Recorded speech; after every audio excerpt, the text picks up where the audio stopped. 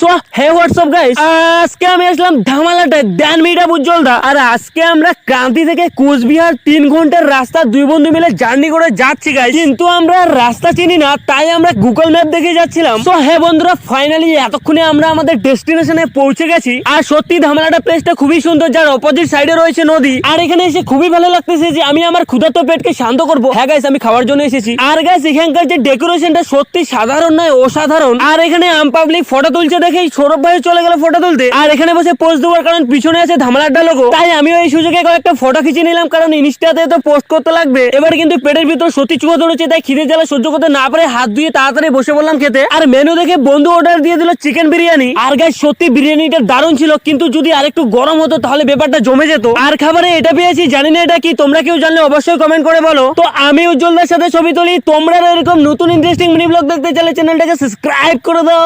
By.